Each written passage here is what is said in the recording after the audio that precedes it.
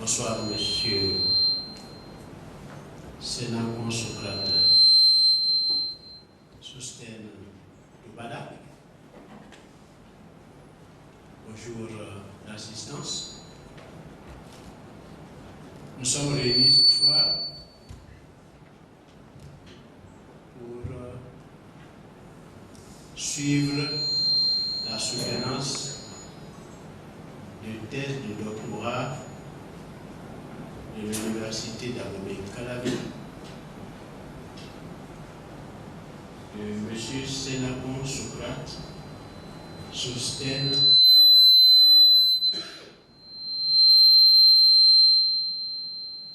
Toubada. Tiens ce truc-là parce que ça l'arrive.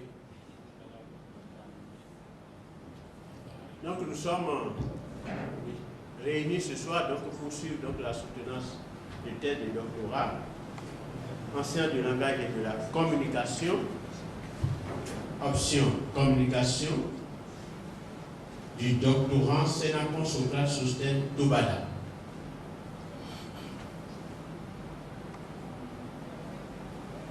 Comme vous le constatez,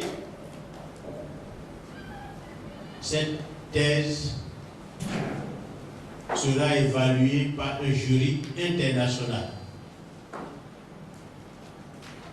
Vous constatez vous-même que les touches que nous portons ne sont pas les mêmes. J'aurai l'occasion de vous présenter les membres du jury tout à l'heure.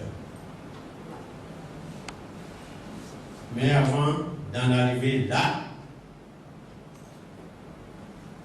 permettez-moi de lire tout d'abord la note de service portant autorisation de cette soutenance.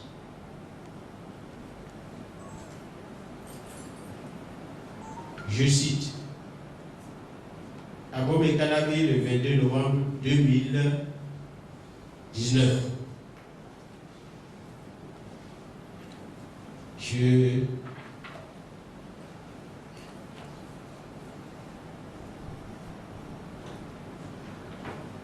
Conformément à l'arrêté numéro 2012-712 du 31 décembre 2012 portant organisation de diplôme de doctorat dans l'enseignement supérieur en République du Bénin.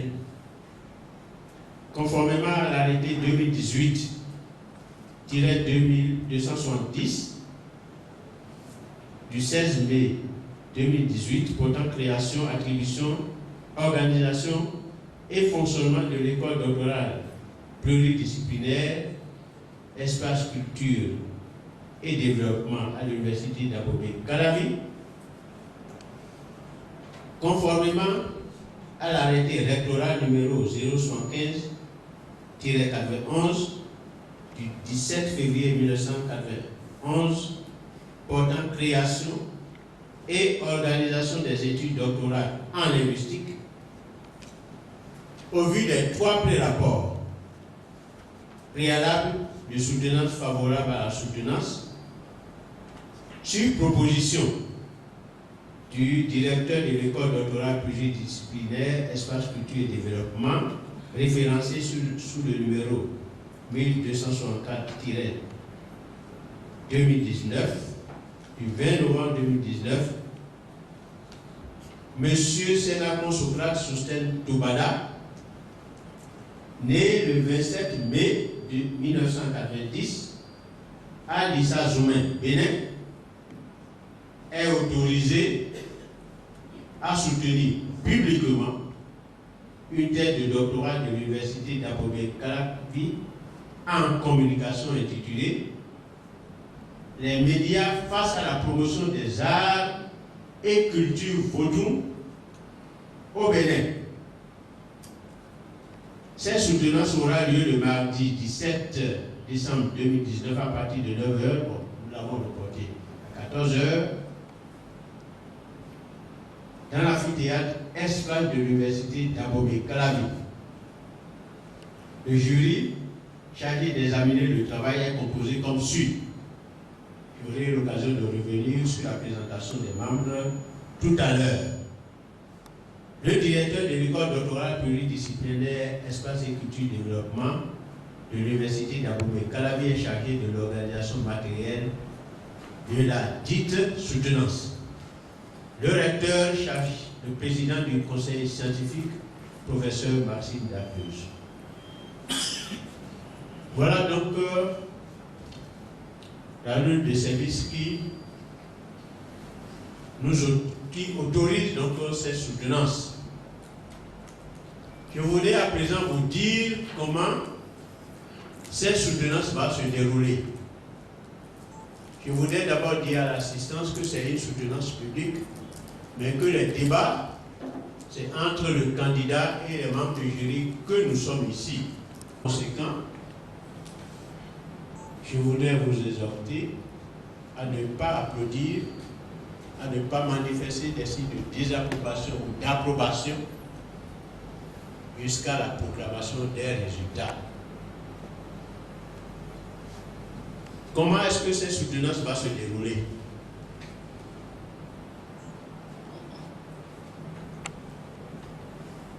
Elle va se dérouler d'abord par la présentation du candidat. Et cette présentation-là sera faite par le directeur de thèse que je vais vous présenter tout à l'heure.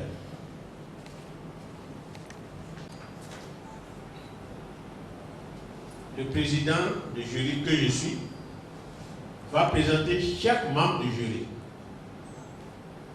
Après quoi, nous allons donner la parole au candidat. Et ceci pendant 30 minutes pour qu'il nous présente les résultats de ses recherches. Et après cette présentation-là, nous allons l'inviter à s'asseoir. Ensuite, viendra le balai des interventions des membres du jury. Le premier qui va intervenir, c'est le directeur de thèse. Le second, c'est le Dr Malo Oumar, que je vais présenter tout à l'heure. Ensuite, le professeur Afrodécon, le professeur Aboua, et enfin, le président du jury que je suis. Je voudrais dire aux candidats que démocratiquement, nous les membres du jury, nous avons retenu que les questions et réponses seront interactives. Cela signifie quoi? Cela signifie que lorsqu'un membre du jury va poser des questions, le candidat répond au fur et à mesure. Donc lorsque le balai sera terminé, nous allons nous retirer pour délibérer. Vous revenez. Nous sommes dans un cadre purement scientifique. C'est un honneur pour moi de siéger à vos côtés avec les collègues venus de l'extérieur et avec mon ami professeur Afrodécon. Je voudrais, avant de présenter le candidat, sacrifier à cette tradition de reconnaissance.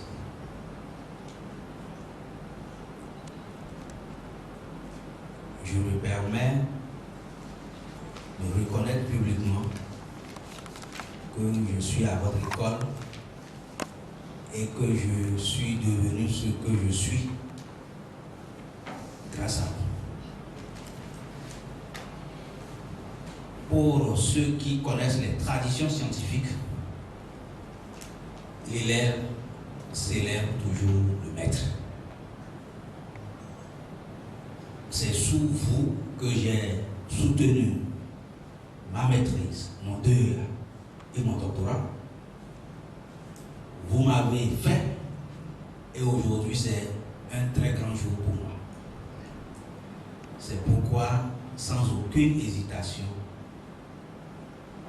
et après avoir consulté votre autorité scientifique, j'ai proposé que vous soyez le président de ce jury. C'est pour moi, et de façon très modeste, de faire cette reconnaissance au grand maître que vous êtes là. C'est ma manière de vous célébrer de votre vivant, parce que vous avez fait un produit scientifique qui aujourd'hui a également le privilège de produire également des disciples scientifiques. Cher maître, sincèrement merci d'avoir accepté d'être le président de ce jury. Merci aussi pour tout ce que vous avez fait pour la jeune génération, aussi bien dans votre pays que dans la sous-région. Vous m'avez demandé de présenter le candidat. Tobada Sostène Socrates Sénaton est né le 27 mai 1990 à Lissazoumen, au Bénin. Il est père de 2 enfants. Je ne pense pas qu'il soit marié, même s'il a mis ça sur son CV, puisque je n'ai été invité à aucune cérémonie de mariage. Ça doit être un abus de langage et linguistiquement, nous devons relever cela. Il est de nationalité béninoise. Il est en formation doctorale, à la formation doctorale sciences du langage et de la communication, à l'école doctorale pluridisciplinaire de la Flash. Il a soutenu son 2A en 2006 et par la grâce de Dieu, il est en train de soutenir aujourd'hui son doctorat. Il a fait sa maîtrise en 2004. Il a eu un baccalauréat série A1 en 2009. Je peux aussi dire que le candidat a participé à plusieurs rencontres scientifiques internationales. Je vais commencer par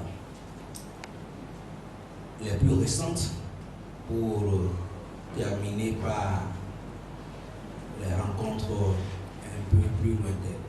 En juin 2019, donc, le candidat a participé au premier congrès mondial des chercheurs africains francophones à l'Université du Ghana. En janvier 2019, il a participé au 2e colloque international de l'Institut supérieur des métiers de l'audiovisuel ISMA au Bénin. En septembre 2017, il a participé au 6e colloque international des sciences, culture et technologies de l'Université d'Amérique. En septembre 2017, il a participé au 2e colloque scientifique international de l'Université de Cara. En octobre 2016, il a participé aux journées scientifiques internationales de Lomé à l'Université de Lomé. En 2015, il a participé au colloque de la Société linguistique de l'Afrique de l'Ouest, cela retenu à l'UAC ici au Bénin. Avec cette accumulation de participation aux rencontres scientifiques au plan national et international, le candidat a pu publier dans des revues à comité scientifique et comité de lecture des articles. Il est auteur aujourd'hui de 5 articles régulièrement publiés. Comme expérience professionnelle, le candidat m'accompagne en tant que moniteur pour conduire quelques travaux dirigés en direction des étudiants.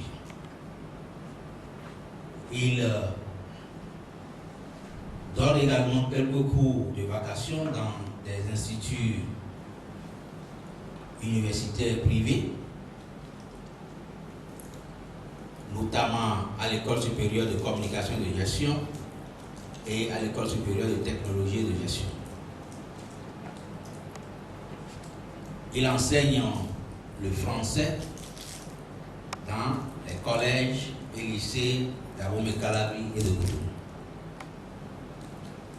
Dans le domaine des médias, il faut dire que le candidat a également quelques expériences. il est promoteur d'une agence conseil en communication dénommée la Maison de la Communication. Il a également fait quelques expériences de journalisme à Radio Univers et est responsable du chef desk d'information Afrique au sein de cet organe de presse des étudiants de 2013 à 2014. Le candidat a des potentialités aussi bien scientifiques que professionnelles. Et je pourrais terminer pour dire que, en termes d'expression linguistique, le candidat parle le français. Il se débrouille certainement en anglais. Il parle et écrit le fongbe, qui est une langue nationale du Bénin. Je crois que c'est sur ces mots que je peux mettre fin à la présentation du candidat. Merci, Monsieur le Président. Merci, chers collègues. C'est le parcours que... Votre parcours est en réalité le parcours que nous souhaitons à chacun de nos étudiants.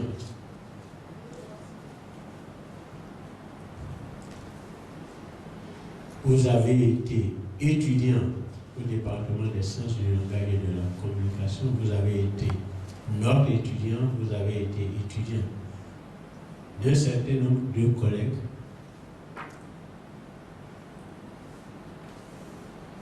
Vous êtes parvenus, ou vous êtes en train de parvenir au sommet. C'est la prière que chacun de nous, c'est la prière que chaque homme de science va pouvoir formuler. Parce qu'à l'entame de votre présentation, vous avez dit que vous avez le devoir de m'honorer. Vous l'avez déjà fait, même si vous ne le dites pas. Vous l'avez déjà fait en conduisant jusqu'à la soutenance l'étudiant Toubada qui est devant nous. Cet étudiant-là que je peux considérer comme étant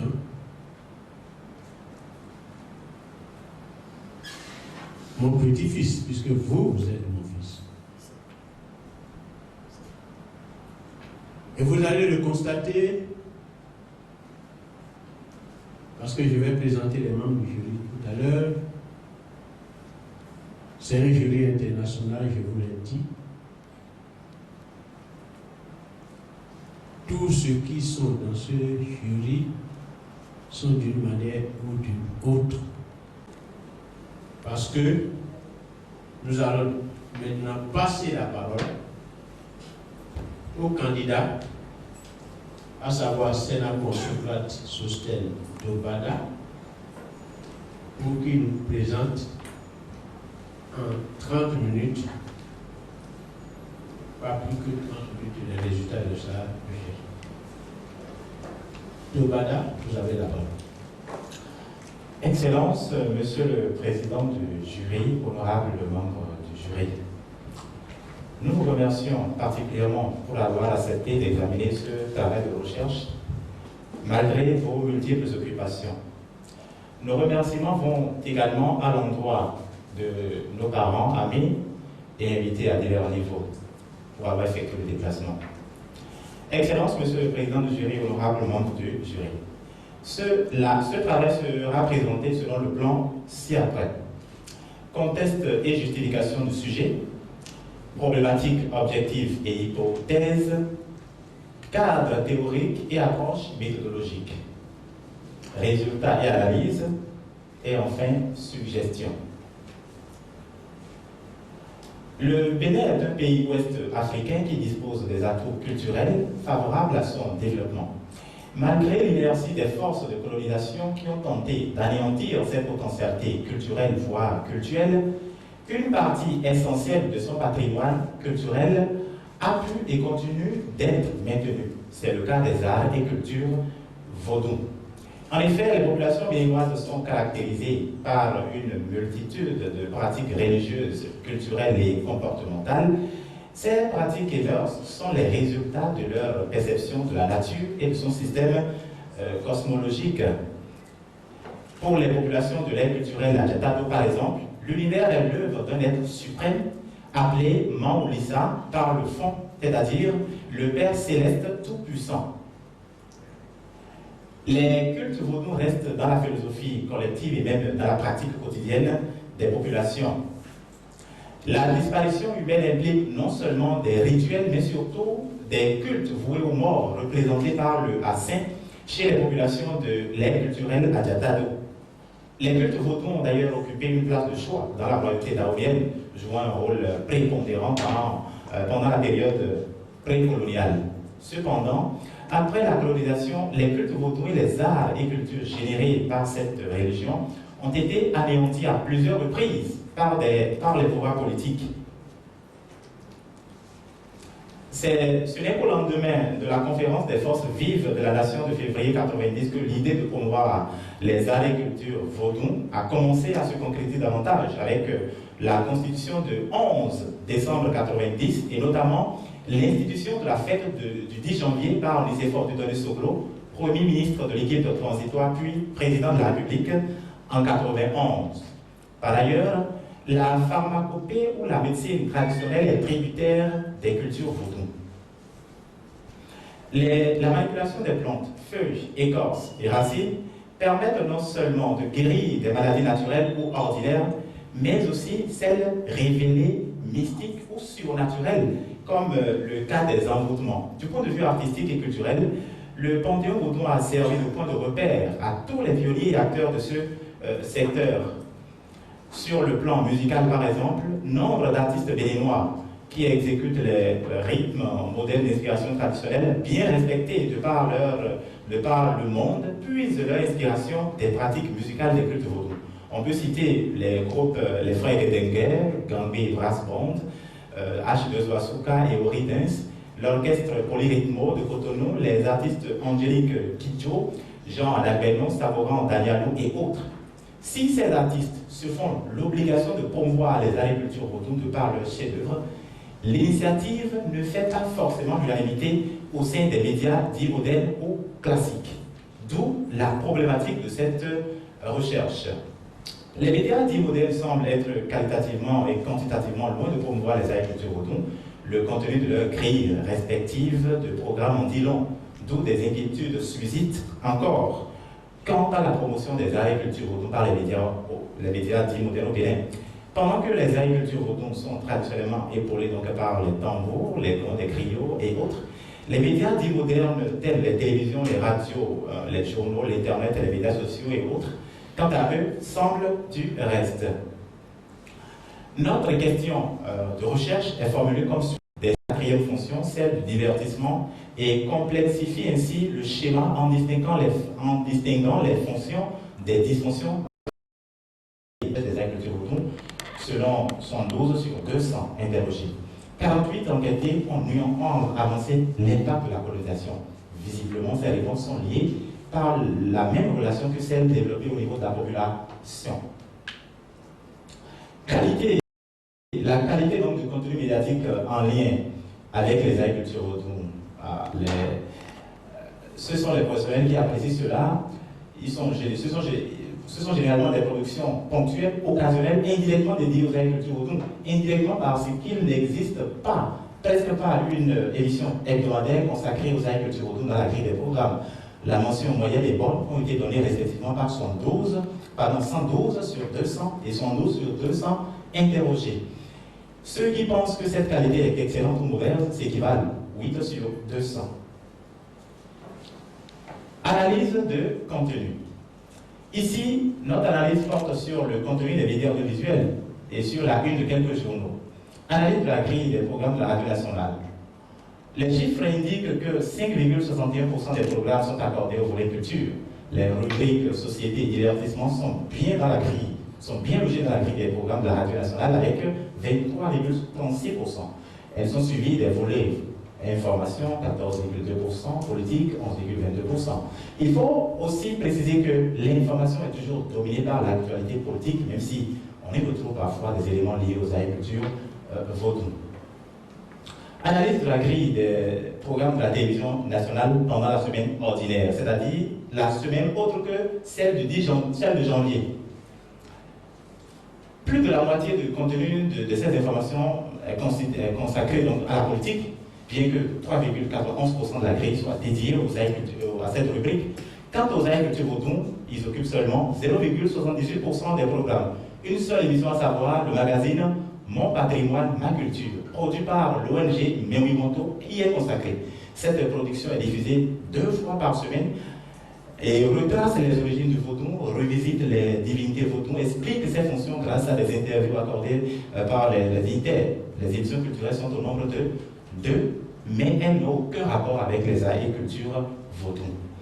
Pendant ce temps, les programmes dédiés aux religions et spiritualités nouvelles, c'est-à-dire christianisme, islamisme et autres, représentent 6,25% de la grille des programmes et les films étrangers, les feuilletons, 5,47%. Analyse de la grille pendant la semaine dédiée aux agricultures vaudou, donc en janvier. Pendant la semaine du 10 janvier, on constate que le nombre de programmes dédiés aux agricultures vaudou passe de 1 à 12, soit une augmentation de plus de 7% de l'ensemble des émissions contenues dans la grille. De même, au sein des 35% des programmes dédiés aux informations, 15% environ sont constitués de reportages, de documentaires et interviews exclusivement consacrés aux agricultures vaudou. Le volet culture passe donc de 1,56 à 4,28% au cours de cette émission, de cette semaine des émissions spéciales. Dans la semaine qui succède à celle du 10 janvier, on remarque une diminution des émissions consacrées aux agricultures vaudou. De 12, elles redescendent à 3, soit une chute d'environ 6%. Alors, au vu donc de ces différentes analyses, quelques suggestions sont à prendre en compte. Nous nous sommes situés dans une perspective de rupture épistémologique, à l'exemple donc de Gaston Bachelard. Il faut rompre avec une conception erronée que les gens ont du vaudou. Et c'est Maurice Kako qui estimait que les sciences humaines françaises, notamment l'anthropologie, ont professé des affirmations de préceptes inexacts sur le vaudou.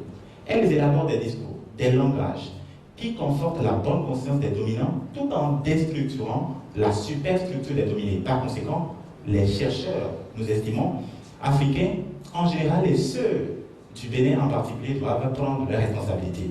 Il faut sans cesse faire du vaudou une représentation et une rectification pour s'assurer d'une inlassable conquête du réel. Alors, essai de modélisation de la promotion des agricultures vaudou au Bénin. Premier niveau de la prise de conscience du vaudou dans la laïcité de l'État.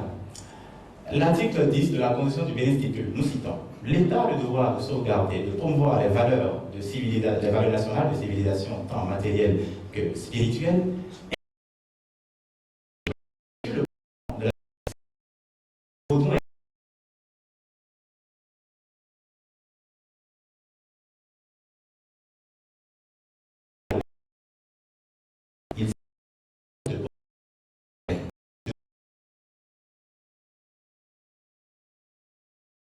il est souvent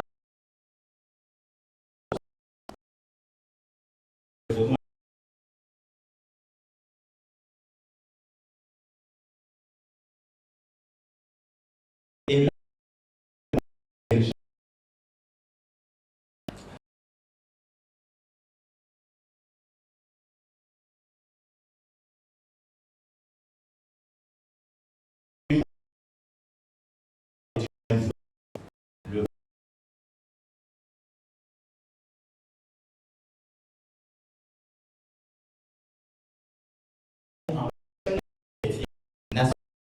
capable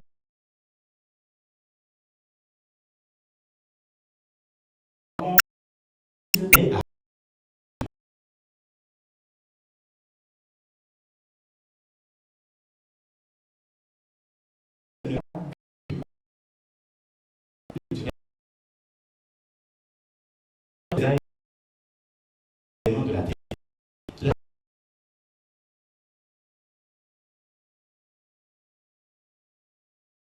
recours des de votre source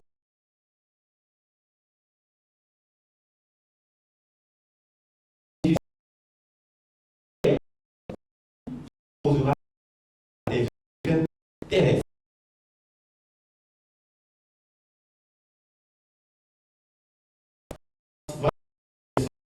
Travail de recherche.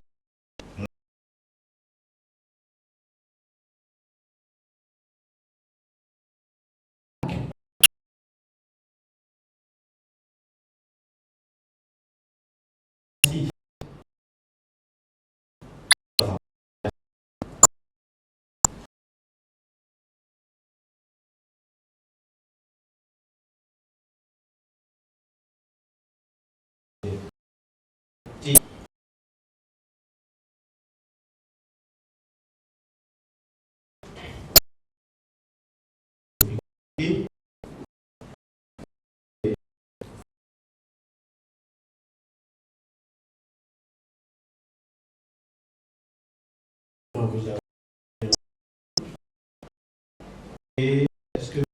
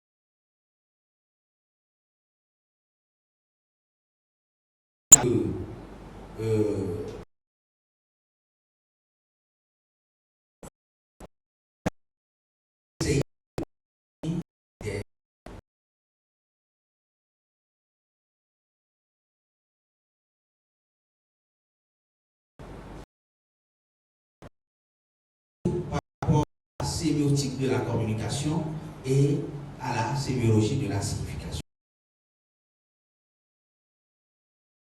Les sens possibles des cultures vaudou et la signification profonde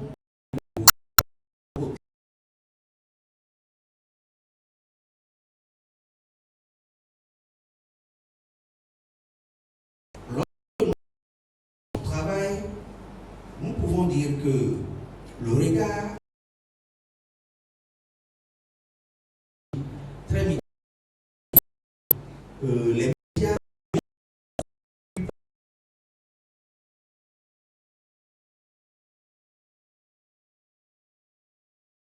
des interrogations profondes.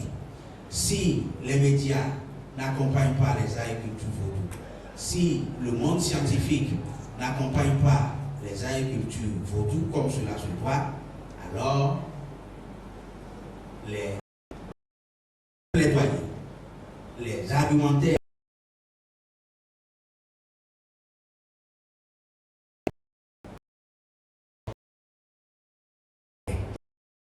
je voudrais aussi restructurer un peu ce débat sur les questions de sémiotique des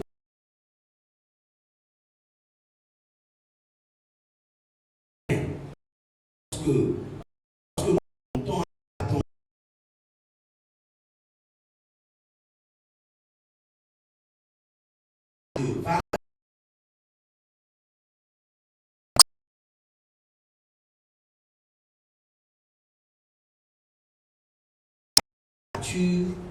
et les semblables aux animaux. Donc, la quête de l'identité culturelle et la quête de l'identité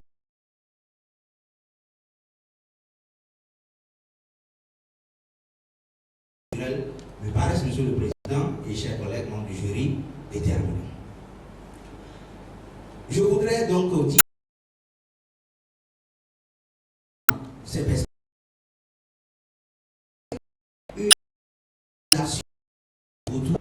il y a donc des choses réservées seulement aux seuls initiés dans le couvent. Et si, je n'ai pas le temps donc des interdits,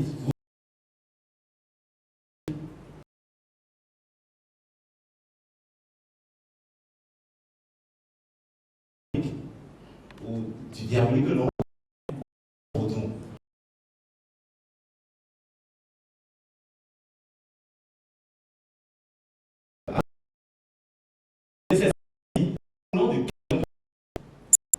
En précisant donc au divin,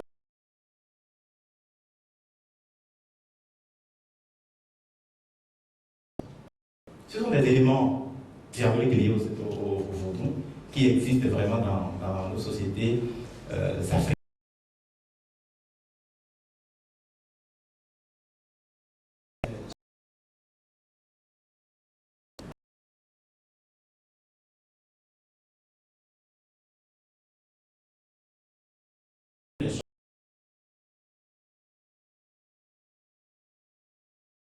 Non, nous tentons de démontrer que cela est assimilé au diabolique. Ah oui, mais la société secrète, c'est notre marché. Utiliser pour réagir tout à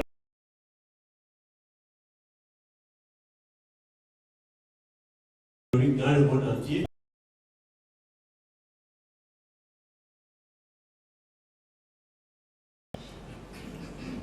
Merci, Monsieur le Président du jury.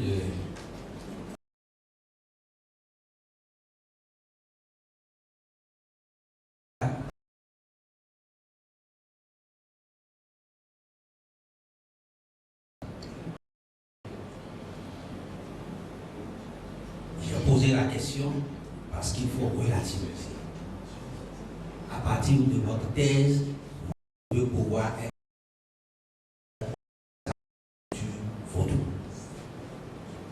si vous ne l'êtes pas, le mal est humain et n'est pas collé à une religion. C'est ça que vous Le mal existe dans le christianisme.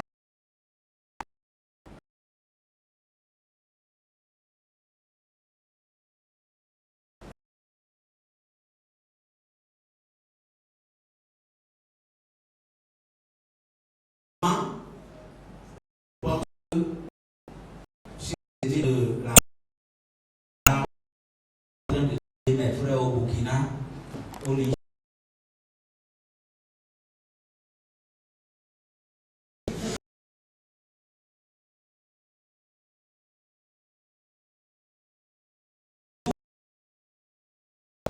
Donc, je voudrais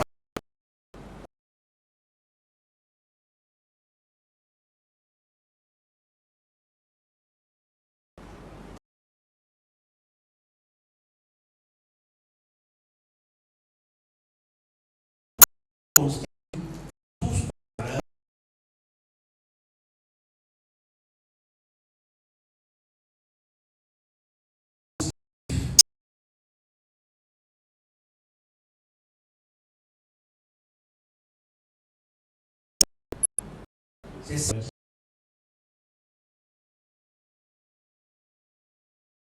Voilà.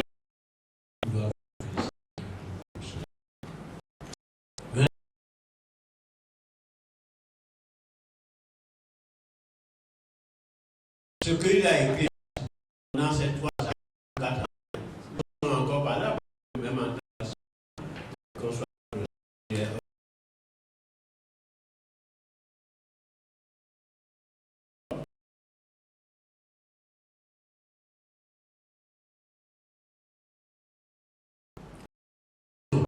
qui passe bête, mais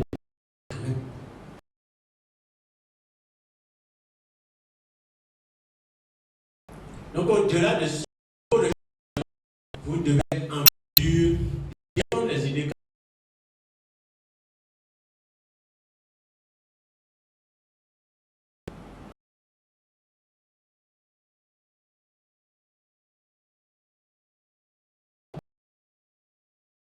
Hein?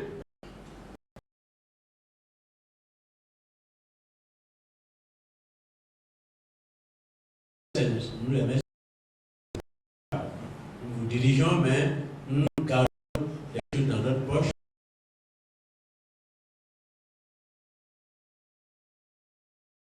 Voilà.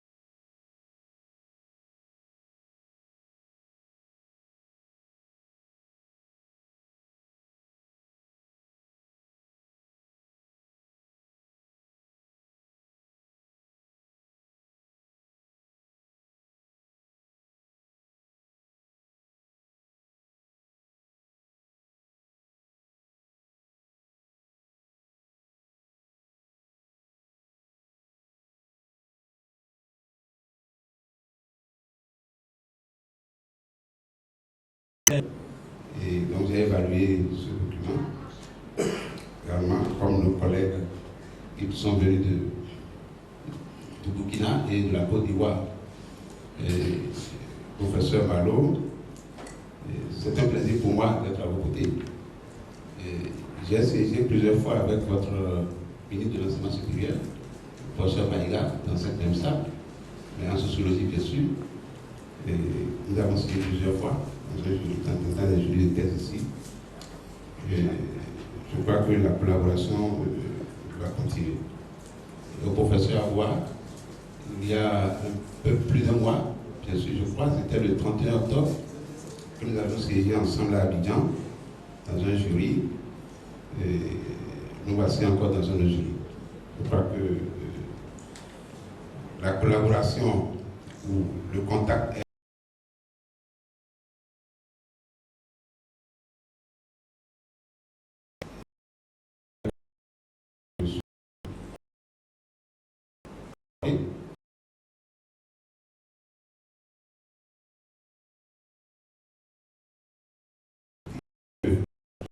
humain, puisque j'ai été pré-rapporteur, j'avais fait des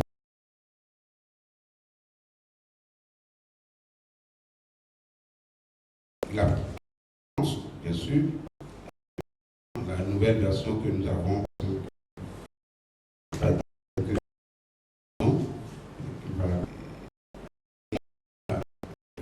environ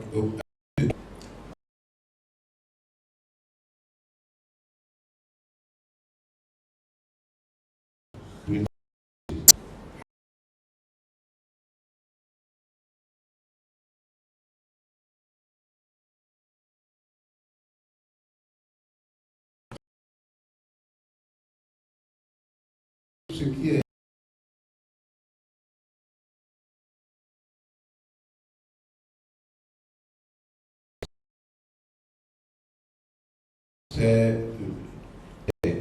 alors à quel taux les programmes des médias traditionnels et modernes, je crois bien, promeuvent-ils les arts et cultures? Comment les médias traditionnels et modernes traitent-ils? Je suis d'accord que les questions soient ainsi posées. Et dans la première version que j'ai lue, j'ai fait des observations, je vais revenir encore dessus. Je me suis posé quelques questions. Lorsque je prends vos objectifs qui correspondent bien aux hypothèses, il y a une cohérence parfaite entre les objectifs et les hypothèses. Mais lorsque je prends le premier objectif spécifique, contenu média, traduit à lui seul.